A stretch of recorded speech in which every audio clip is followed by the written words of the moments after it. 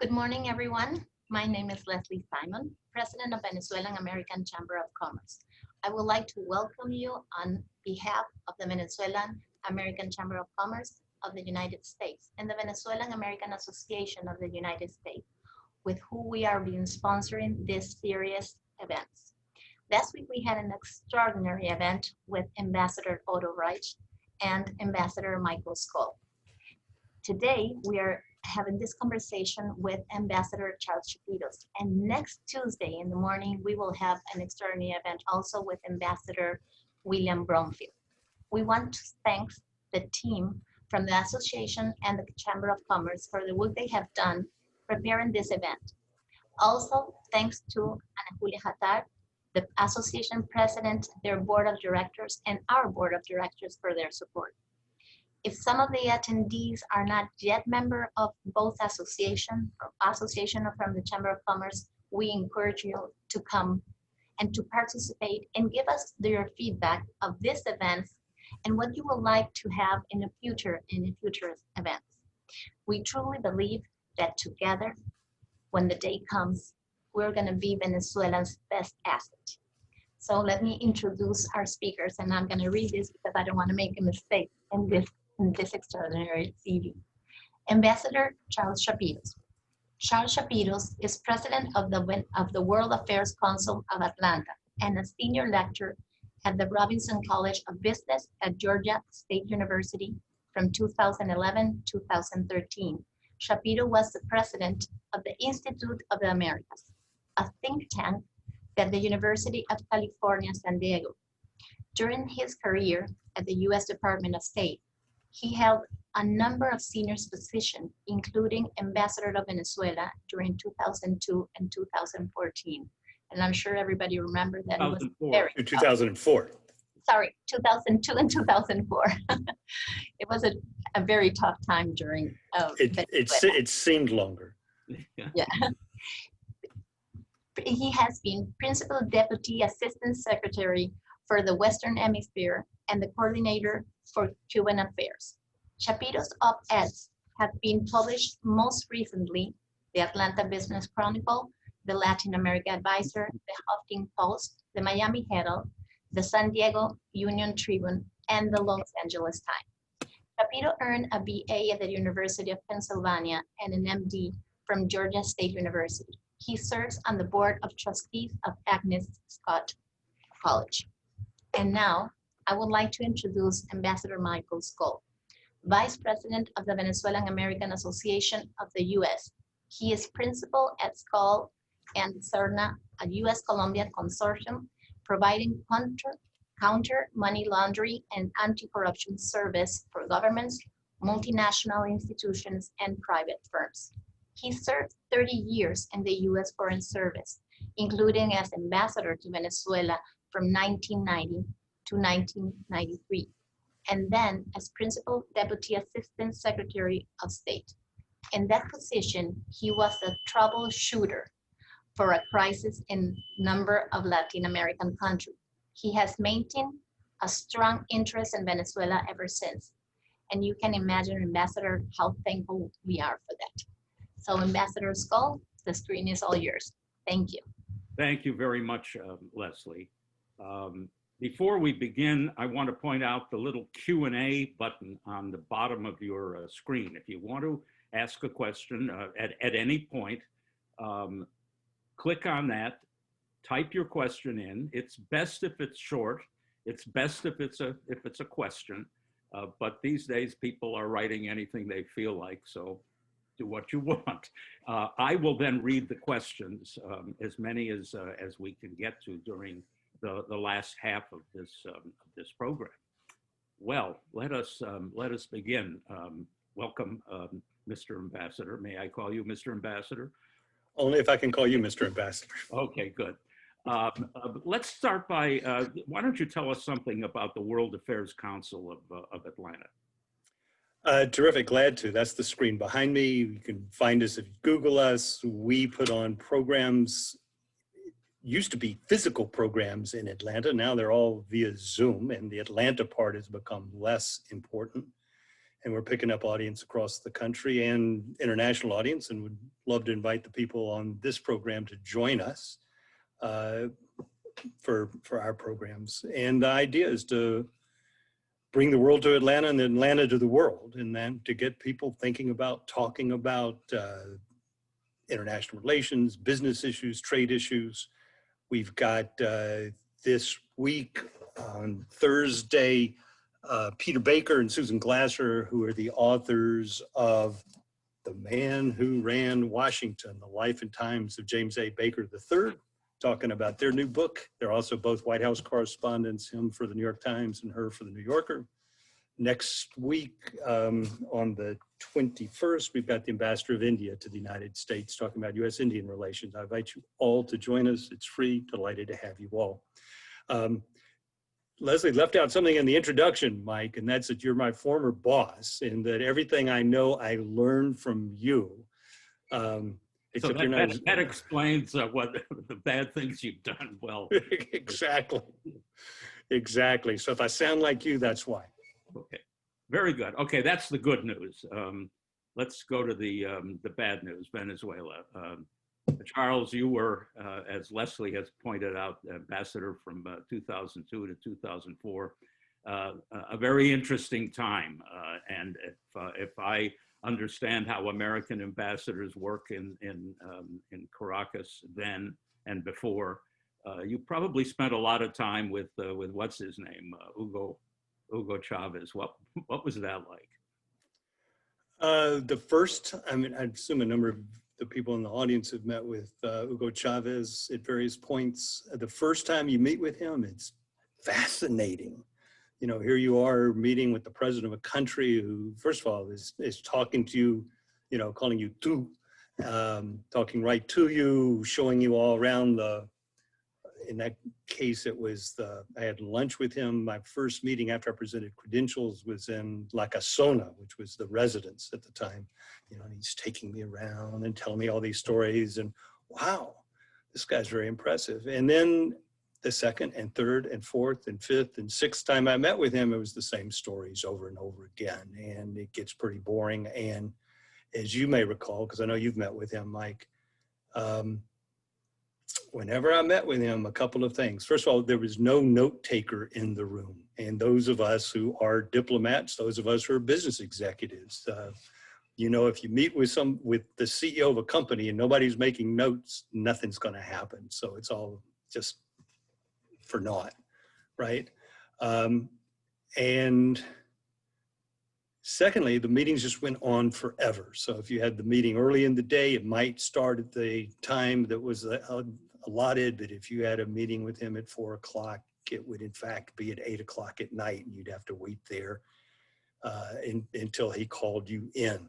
He talked, I'd guess, maybe 90% of the time. You know, you ask a question and then he goes on with a long story. You ask him a question, long story follows. And they're the stories you've heard before. So it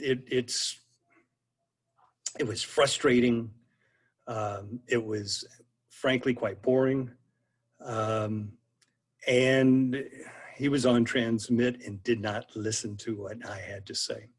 That's the key point. You didn't feel that you were in effect doing your job, conveying American opinion to the president of Venezuela. Did he show you all the paintings of Bolivar?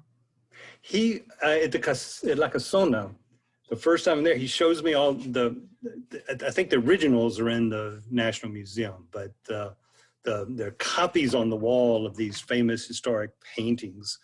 And he's showing you paintings of Bolivar. And I am not making this up. And people who've lived in Venezuela know this is true. And he says, you know, here's Bolivar.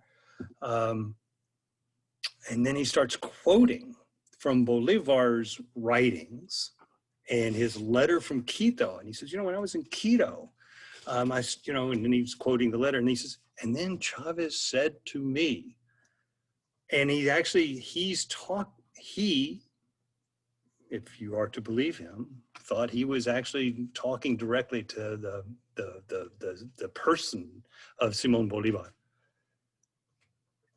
It's just like that little bird that Maduro claimed sat on his shoulder and was the reincarnation of Hugo Chavez, and talked to him. And I know that for most Venezuelans, the argument at the time was whether he believed it or not. It was another extraordinary performance. I think Chavez, I don't know how much is showmanship and how much is not. He was good at reality TV, which was what Allo Presidente was, right? And he was very good. I remember it must have been right after I arrived in Caracas, and he had just returned from a trip to China. And he's on TV, and he's explaining, and he's got a map behind him. And he said, bueno, este país se llama China.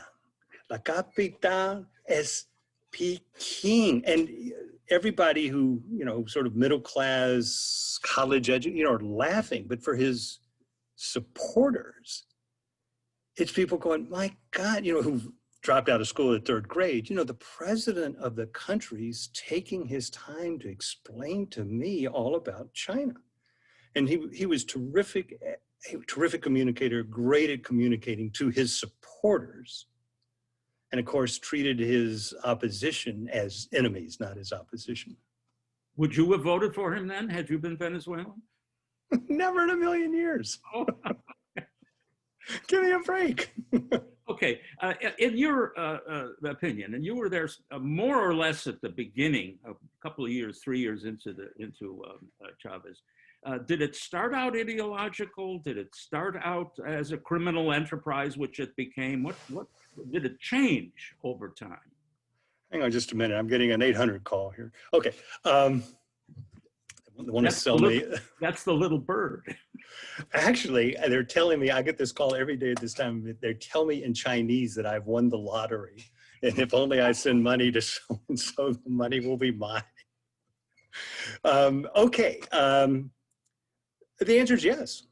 I think it did start out ideological. I mean, from the very beginning.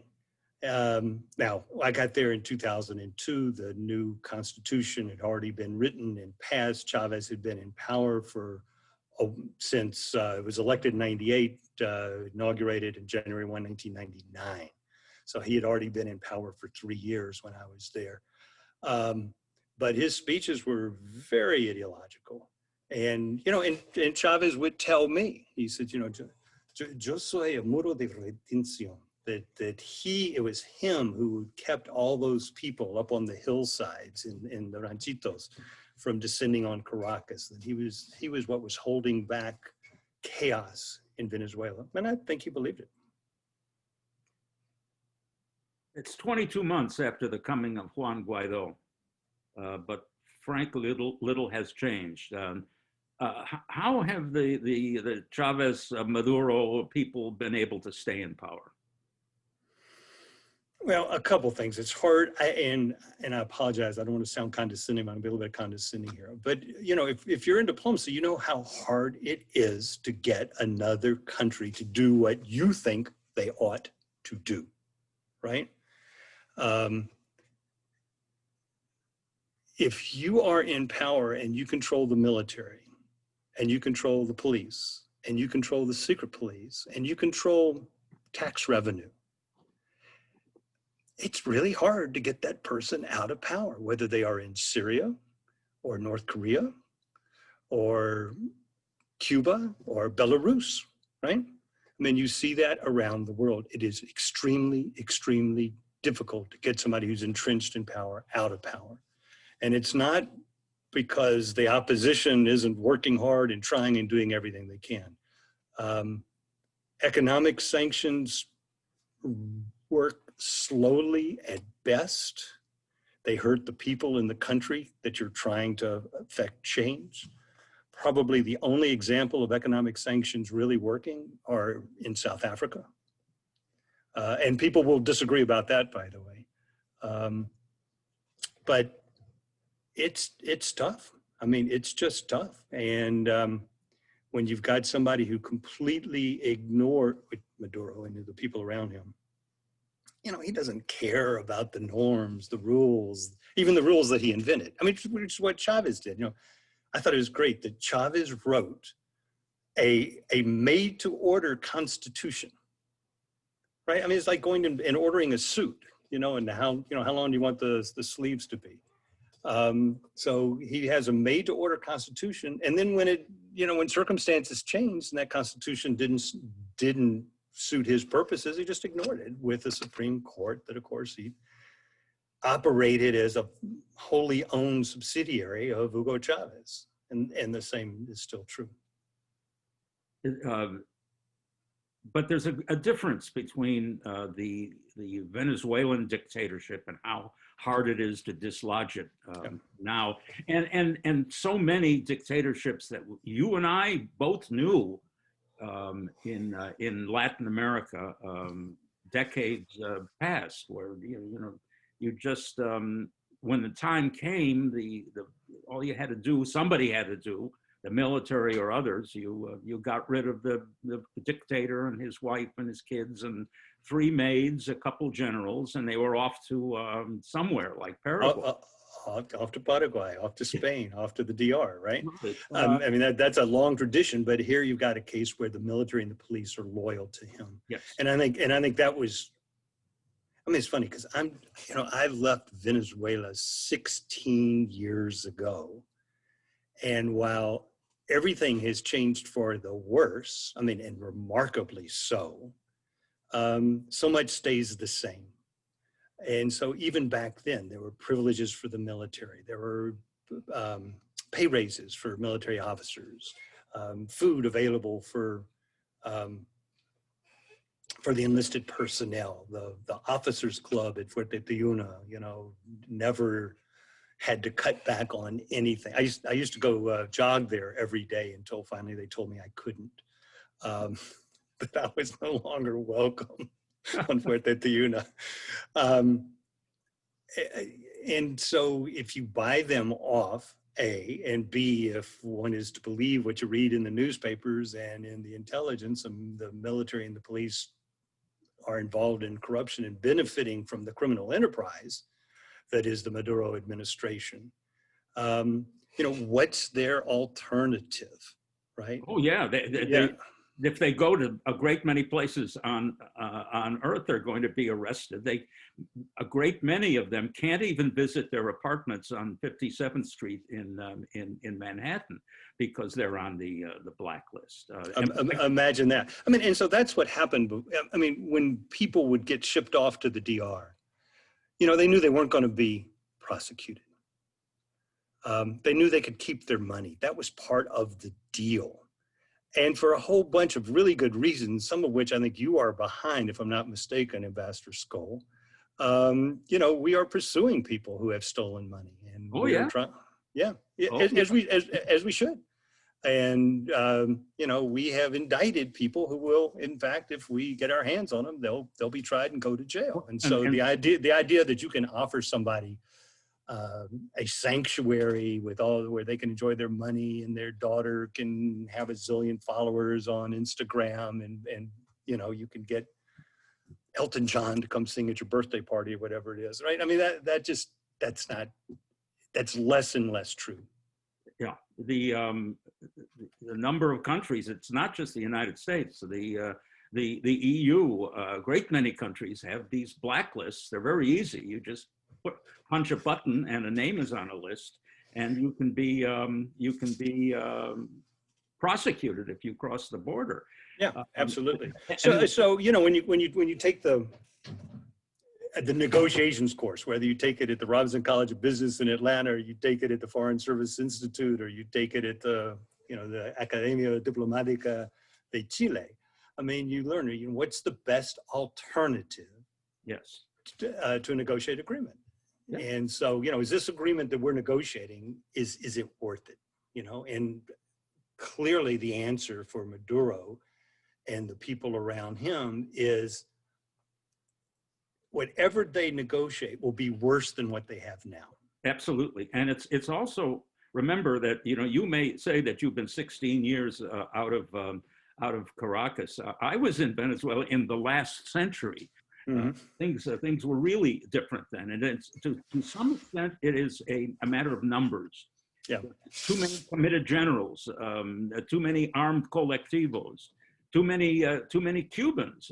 How many generals are there in Venezuela right now? 3,000? Is that the latest number?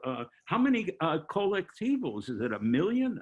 We hear these numbers that just don't seem to make sense, but that's what it is. How many Cubans? Is it 30,000? Okay, well, let me interrupt you here, Mike. I mean, because this here's a factoid that just is striking to me. I mean, last time I checked, there were 2,000 generals and admirals in the Venezuelan Navy and Army and the various police forces.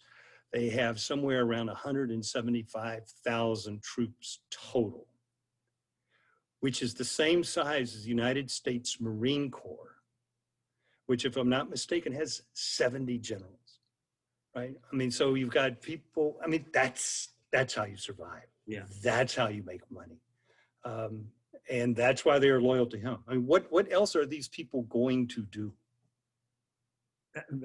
And then the colectivos, and then the Cuban. It's to some extent, it is a relatively new model of dictatorship in the world. Not altogether new, but you put all the pieces together. For Venezuela, it appears to me to be the Cuban model, because Chavez and then Maduro have followed what not only what the Castros told them to do, but what the Venezuelans saw the Cubans did successfully, and were able to survive all these decades despite economic and problems, despite opposition from the U.S. To me, it's the Cuban model, and right now the connection. I want you to talk a little bit about the connection among Cuba, Venezuela, Iran. If you want to throw in a couple of other bad countries, fine. Okay, well, first of all, I mean, my theory, which, I don't have officers at an embassy to do the research for me anymore, so it just has to stick around as a theory, is that in the first years of the Chavez administrations, he tried all various combinations with political supporters, with military officers, with everybody trying to run the government, and they couldn't do it. They were just flat out incompetent. Whether or not it was a good system, they couldn't run a bad system well, right? They couldn't get things done.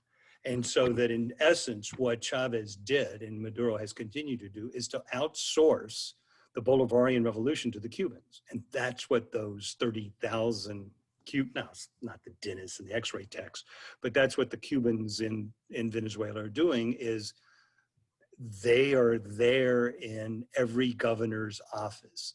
They are there in military units. They are running the intelligence service. They're running the National Identity Service that issues the cédulas de identidad and passports. And because the Cubans can run it more efficiently than the Venezuelans can. I had lunch in San Diego with a former Cuban diplomat / academic whose wife was at the Cuban embassy in Caracas at one point. And, he would go visit her, and he would say, he would meet with the Cuban advisors who would complain that the Venezuelans wouldn't do what the Cubans told them to do, right? They weren't doing the right thing. And that's the problems with empire, is that, your colonial states don't always do what the center tells you to do. So would you say that a U.S. policy, sanctions basically, toward Venezuela, aimed short term at changing things there, is really intimately connected with U.S., Cuba, and Iran policy? That you can't separate the three. I'm getting to the point of what happens if, in a future administration in the U.S., relations with Cuba and Iran are improved. Yeah. What does that do to Venezuela? Well, that's the model that we used in El Salvador, you will recall, right? Is that we talked to the Russians and the Russians talked to the Cubans. And that's what led ultimately to the end of the Civil War in El Salvador. So if we had, I mean, there's a whole bunch of stuff between here and there, so it'd be super hypothetical, but in theory, if we had better relations with Iran, if we had better relations with Cuba, you might be able to influence Venezuela through that route. But that's a pretty thin reed. Yeah. Well, but more than that, I'm talking about the reverse. If there is a chance that sanctions can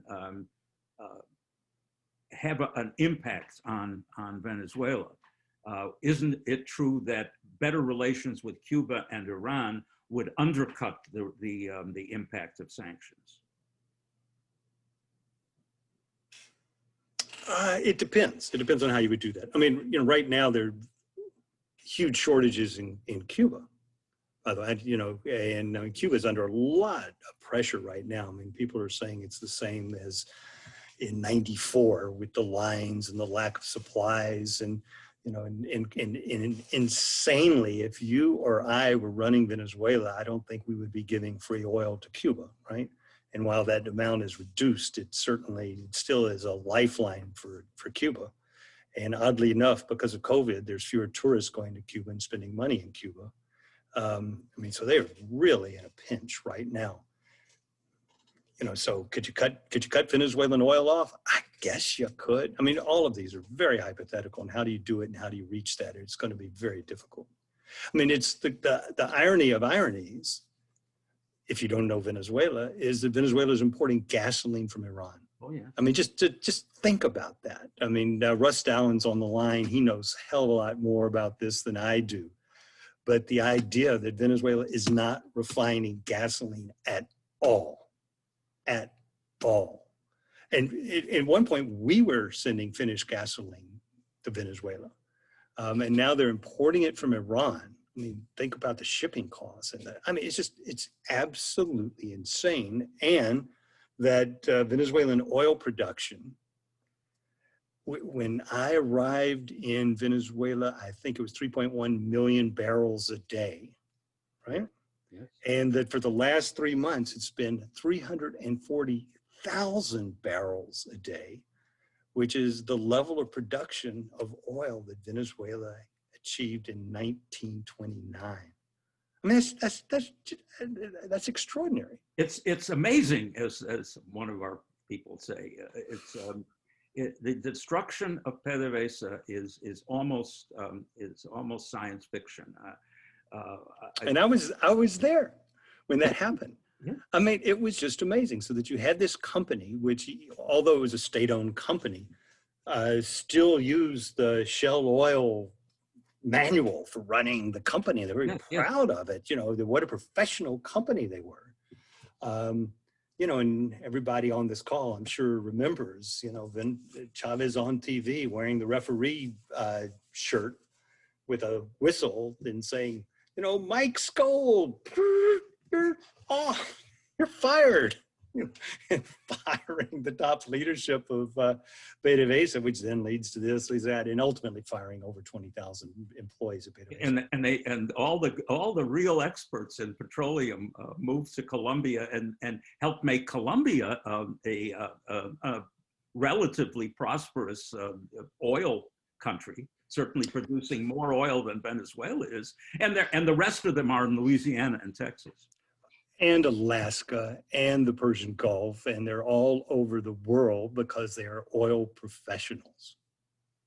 The Venezuelan, the PDVSA situation is like an episode of, it would be a full-length movie of Mission Impossible, and whoever does it would say,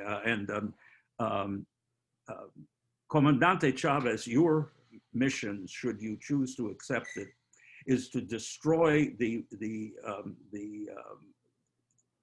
oil complex, the oil industry in Venezuela in record time. And then he went about doing it.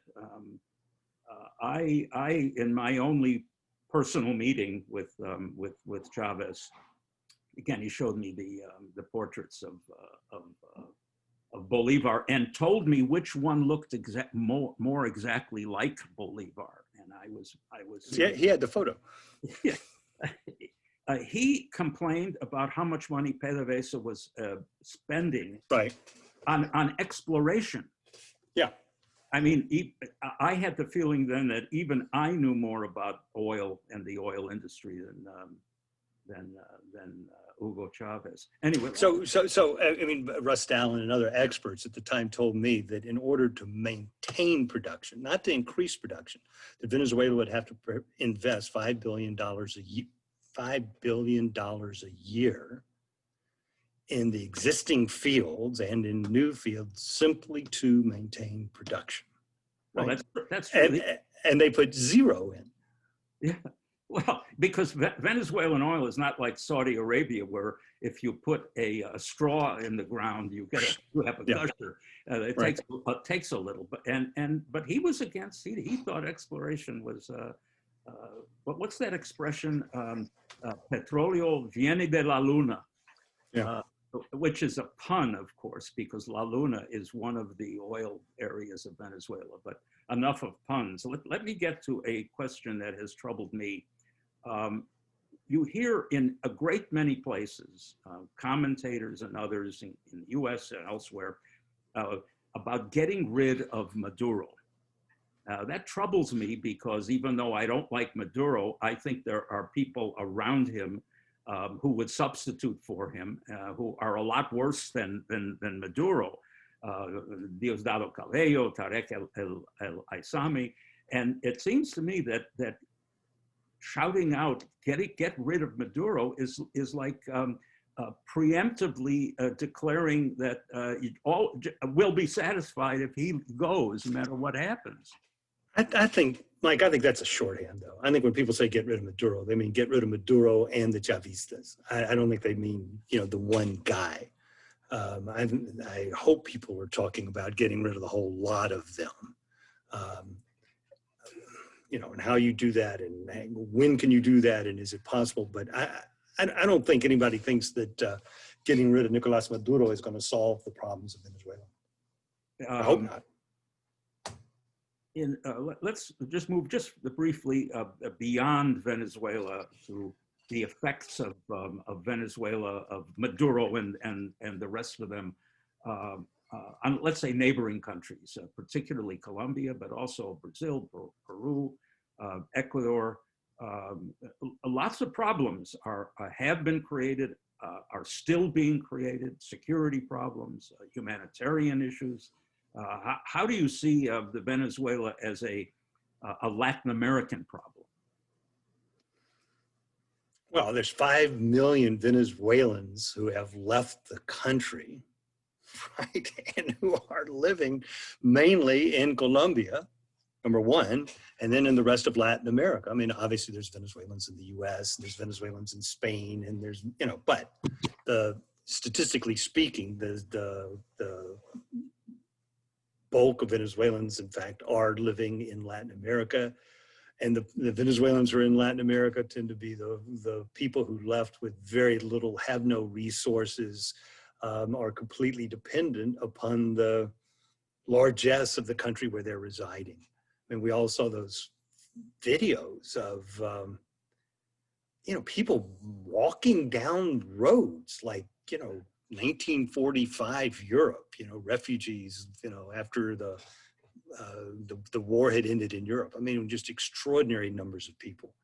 And so that in and of itself is destabilizing, certainly destabilizing in Colombia. And the Colombians, I mean, we have to stop for a second and thank Colombia for being welcoming and allowing people to work and allowing Venezuelan kids to go to Colombian schools and Venezuelans to take advantage of the Colombian health service. So, I mean, they've done a lot. We, the outside world, the rest of us, need to help those countries in Latin America that have opened their doors to Venezuelans, and we have to help them as much as we can. We in the United States, I would argue, should give Venezuelans United States temporary protected status, TPS, so that so they know they can stay in the United States for a while, get a job, legally get a job in the U.S. and support families. I agree with all that, and the statistics show that the world is paying more attention to a lot more attention to Syrian refugees than to Venezuelan refugees.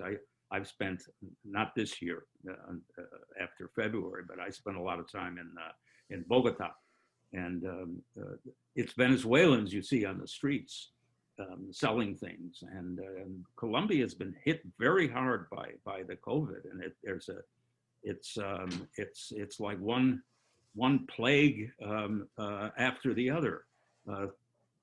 So where is Venezuela going next? It's already in hell. What's the next step? Dante would have to redo his work if he invent some more circles. Look, when I left Venezuela in 2004, I left in September 2004, if I'm not mistaken. I did not think things could get any worse. I thought Venezuela had hit bottom. And looking back, I can't believe how wrong I was. There's a lesson there for all of us, that when you think things are bad and can't get worse, every 6 months, if you stop and assess the situation in Venezuela, they have sure enough gotten worse in a way that the New York Times story from, was it last week? I think last Monday. It's like Blade Runner. It describes a dystopia where nothing works. And if you Google and Venezuela, and they're flooding in Venezuela now with water running down the streets, the health system has collapsed, security collapsed long ago, food distribution system has collapsed. It is just absolutely untenable. And it's extraordinary to me. I've got friends who have stayed in Venezuela, right, who haven't left, who, I've had this company for 30 years. I'm losing money, but I owe it to my employees, right? I've got, obviously in a country with runaway inflation, if you've got dollars, you can live decently. So, people who have bank accounts abroad in dollars and euros, can manage to survive. But what a horrible, horrible place where you or I would have left. And it is a tribute to the patriotism and love of country that people are there. Science fiction. Okay, let's turn to questions. Let me remind people that just click on the little Q&A thing in the lower right of your screen, type your questions, and let's see if I can get to them. Okay.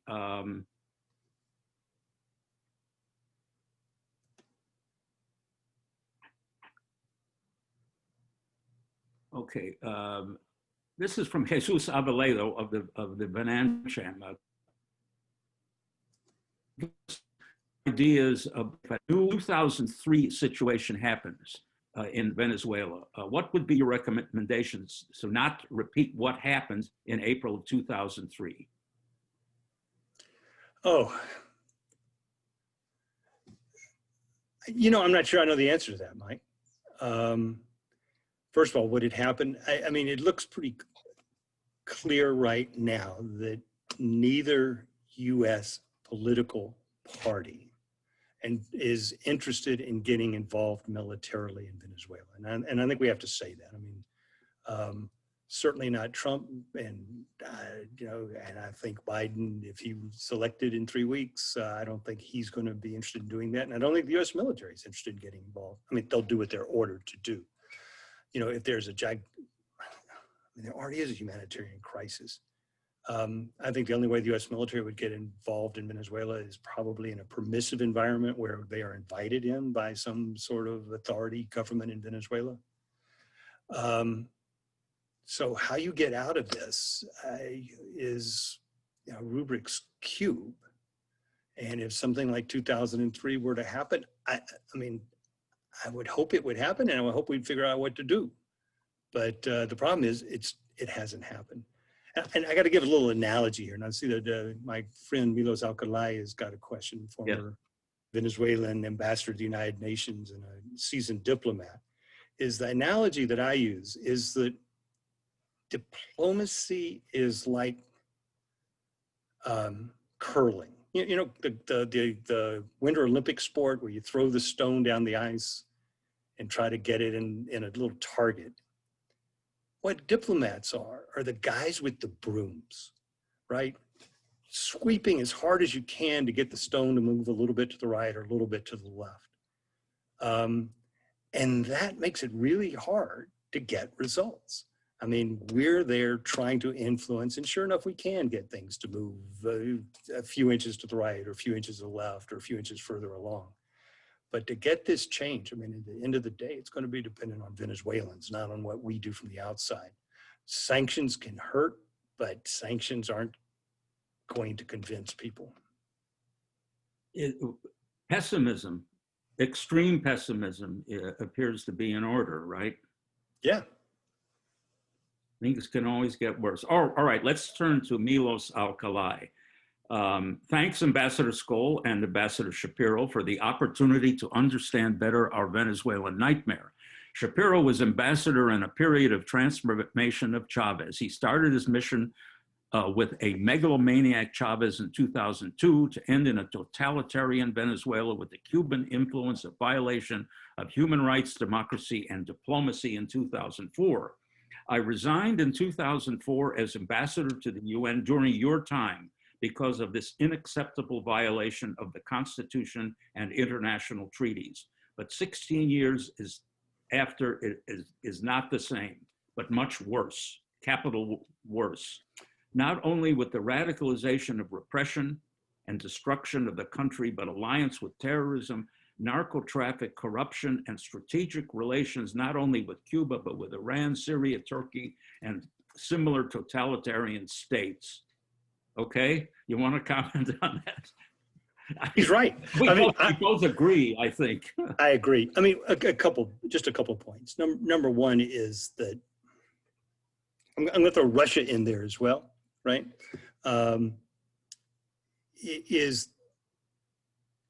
Russia has an economy that's smaller than Italy's and slightly larger than Spain's.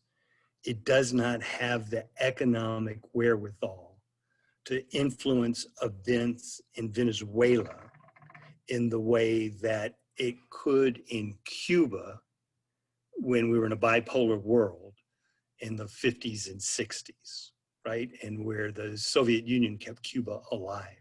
Russia just simply doesn't have that. It can fly bombers in twice a year for a visit and have a ship visit, but it can't subsidize Venezuela because it doesn't have enough money to subsidize Venezuela.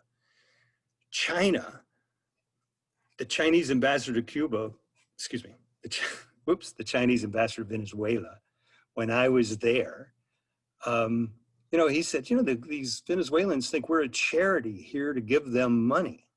And we're not. Chinese companies are here to make money, not to give money away. And so China continued to buy oil and support Venezuela as long as it was in China's interest, and it's not anymore. Iran doesn't have, in Syria, don't have the ability. I mean, obviously there's terrorists and Hezbollah. I mean, you go on and on and on that we need to be very concerned about. But I don't think they have the ability to influence events in Venezuela, particularly one way or the other. I remember Iran built a tractor assembly factory in Venezuela. Do you remember this? And they gave away Iranian tractors all around Latin America. And I've seen them, rusting in fields in Bolivia. Because of course, a tractor without the stream of supply of spare parts is a piece of junk, and that's what those Iranian tractors turned out to be. I'm more concerned about Iran taking advantage of Venezuela, not just a permissive, but a welcoming environment for Iranian intelligence and for Hezbollah, but not that that Iran can, they're selling the gasoline to Venezuela. They're not giving it to Venezuela, as I understand it. They're selling it for gold, right? So that, okay. And I've babbled on way too much, and I agree with Milos that the situation's worse. It's way worse than it was in 2004. Yeah, I remember when Milos resigned, it was getting to a point that I would say, what the hell is he still doing there? But he did the right thing. Thank you, Milos. This is from Jose Arismendi. Ambassadors Shapiro and Skoll, thank you for your time. If it were up to you, Ambassador Shapiro, which is the best course of international action against the Maduro regime? Well, thank goodness. Nobody in this administration is called to ask for my advice, because it would certainly be wrong, and nobody in the Biden team is called to seek my advice either. And as you who were there in 2002 to 2004 when I'm ambassador, I'm sure you know my ample flaws. But a couple of things. I mean, I think we have made Guaido appear to be too much a creature of the United States, as opposed to somebody who has been recognized by, 70 some odd countries around the world. You know, everybody on Twitter in the U.S., when, you know, if Guaido was about to do A, they would say, no, you should do B or C or D. I mean, we should stop giving advice to people. We should let them work on this. We should let Guaido appear to be what he claims to be, and that is legitimate interim president of Venezuela, who's only there to try to get the country to free and fair and internationally observed elections, number one. Number two, we need to continue putting pressure through sanctions and indictments on criminals within the Maduro administration, and if we can get hold of them, we need to try them, and not just us, but Spain or Peru or whoever it is who is opposed to the corruption in Venezuela should be doing the same.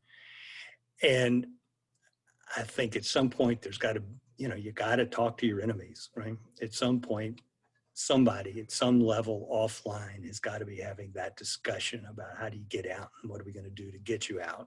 And not just you and the First Lady, but to get you and your henchmen. 2,000 generals? I don't think you need to get 2,000 generals, but I bet you could come up with a list of 20 people that if they left the country would be in much better shape, right? Plus their families and where they would go and what they would do. I don't have a list, but I bet you people on this call could probably spend an hour on a Zoom call and come up with a list of 20 or 25 or 30 people plus family. How about the digging down further with sanctions? Sanctions have become the tool of choice for a lot of countries, the EU, the U.S., and others. Not just about Venezuela, but about an awful lot of things, drugs, the terrorism, because sanctions are a lot easier, a lot cheaper, and a lot more politically acceptable than anything else. That is certainly more acceptable than military action. And as you well know, there are any number of sanctions still available to the U.S., particularly in the area of secondary sanctions, sanctions against countries or institutions or people who are associated with those who are sanctioned. Where do you see all that going? I mean, I would like to see it happen. I mean, I'm not going to give a blanket blessing to anything that anybody comes up with, of course. But, I mean, yeah, but sanctions that make sense ought to be applied. Secondary sanctions that make sense ought to be applied. But I warn against, you know, thinking that, oh, if we do these 5 sanctions or 500 sanctions, that, you know, 25 days later, Maduro is going to be on a plane heading to Tehran. I just don't think it's going to happen that quickly. Think of Papadak in Haiti. Think of the regime in North Korea. I mean, if there are countries that poverty and misery of their own citizens would make the leaders leave. That there they are. And those people, they're in the third, the fourth generation of the royal succession in the People's Democratic Republic of Korea, and they're still there. Sanctions help, but there's no direct line between you're going to apply sanctions and these guys fold their cards and give up. Unfortunately, you're probably right. Here's a question from an old friend of both of ours, Beatriz Rangel. Dear Ambassador Skoll, did you ever think this could be the outcome of the events that unfolded in Venezuela in 1992? Why do you think the situation has deteriorated so much? Well, we've talked about why it's deteriorated. 1992 was, of course, the two coup attempts. The first by Chavez himself, the second by his followers. The first thing I might mention is the failure of the old political system in Venezuela fully to understand what was behind Chavez. Caldera became president largely because he said he agreed with Chavez. He surprised everybody by saying that. And Caldera then became president and then didn't do anything about it.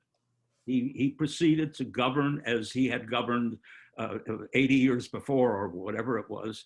And the feeling of the people stirred up by people like Chavez and others continued and made Chavez possible. And then there was as we have talked about, a rejection economically and politically of everything that the old Venezuela could be. Did I ever think this could be the outcome? No, I can't even predict the weather next week, let alone what would have happened then. I had no idea that Chavez would return. He was released from prison and he was allowed to do his thing. There was no the parties kept electing 80 and 90-year-olds to the presidency, and they didn't deal with it properly. And then came Chavez. It's a tragedy that anyone writing about it now would write it as if it were predictable then, but the history is rarely predictable beforehand. Charles, you have any I mean, the only thing I would add is, and we talked about this in a sort of prep call, is, I mean, Chavez and Maduro are fortunate enough to have a split opposition that is fractured and battling among itself. And particularly when things start to look up, then they turn on each other because they think, oh, well, we're going to take over. It could be me. And I don't mean this to belittle them at all. I mean, it's really hard that the parties in opposition to Maduro range from pretty far on the right to pretty far on the left, who have internal differences with each other over policy, ideology, over tactics, and they've got grudges from the past. That in the election of such and such year, you stole the seat from me, or I mean, that kind of stuff. I mean, so getting them to find a consensus and stick with that consensus is, I mean, it really is rocket science. And I congratulate them for what they've been able to achieve, but unfortunately, it's not enough. They've got to do more. And it would be like if the Bernie Sanders wing of the Democratic Party and the Donald Trump wing of the Republican Party had to cooperate with each other about, a candidate who's come out of the blue from somewhere. And it's really hard to do. Okay, here's something from an anonymous attendee. Thank you for this opportunity. Would the environmental disaster happening in Venezuela be a reason good enough for an international intervention? And the answer is probably not. Interventions are very unpopular domestically. around the, I mean, in the country that would do the intervening, in the countries that would do the intervening. And certainly after Iraq and Afghanistan, everybody's very wary about what happens when you intervene in a country. So you know, is the environmental disaster disastrous? You bet it is. Does it, you know, should something be done about it? You bet. Is that sufficient for outside forces to be willing to intervene in Venezuela? I don't think so. Okay, let me, there's one more question. This is from Mauricio Tancredi. Thank you, both ambassadors. Ambassador Shapiro, do you think there would be any major changes in US policy towards Venezuela if Biden wins the election? Would a new Democratic government, Democratic Party government, adopt the negotiating route? I can't answer that question. I mean, one of the advantages of the alternation of power is that you're going to get a new group of people in there who are going to try, you know, turn the puzzle upside down, turn it sideways, and try to find a solution. I think one thing that they will do is turn down the volume a little bit, but I don't think the sanctions policies are going to change. But Cuba and Iran will change. Cuba and Iran will change. I think that's right. I think that's right. But is U.S. I guess I'm not going to pretend to know the answer of what the Biden folks would do. I respect Mike Kozak and Elliot Abrams. I think they are terrifically smart people doing everything that they can. If, as the polls predict, we have a change in administration in the United States on January 20th, will the new administration do things differently? There'll be a difference in tone. Will there be a difference in policy? I cannot predict that. Okay, and quite probably a difference in priority. I think Venezuela is, my guess, a higher priority than a next administration would give it, possibly because it's gone on too long in the present situation. Anyway, Mr. Ambassador Charles, thank you very much. I really appreciate that. My sense is that you've learned your lessons very well. I also want to thank the teams of both the association and the Chamber for their great work in preparing this series. I invite those of you who are not yet members to consider joining one or both of our organizations. The association and Chamber have other exciting programs in the works and will send invitations once the details are confirmed. Thank you all for participating. We look forward to meeting with you again next week for the conversation with Ambassador Brownfield. Thank you. Wait, before you go, don't hang up yet. Let me thank you. Thanks for inviting me. This has been great fun. I've enjoyed this, and I appreciate the questions from the audience and the questions from you, Mike, and I appreciate the opportunity. And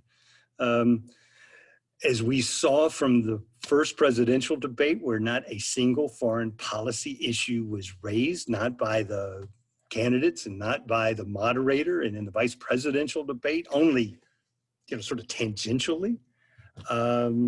It's people like the Venezuelan American Association and the World Affairs Council and others who are talking about issues like this. And I think that is hugely, hugely important. And so thank you all. Thank you. Bye-bye.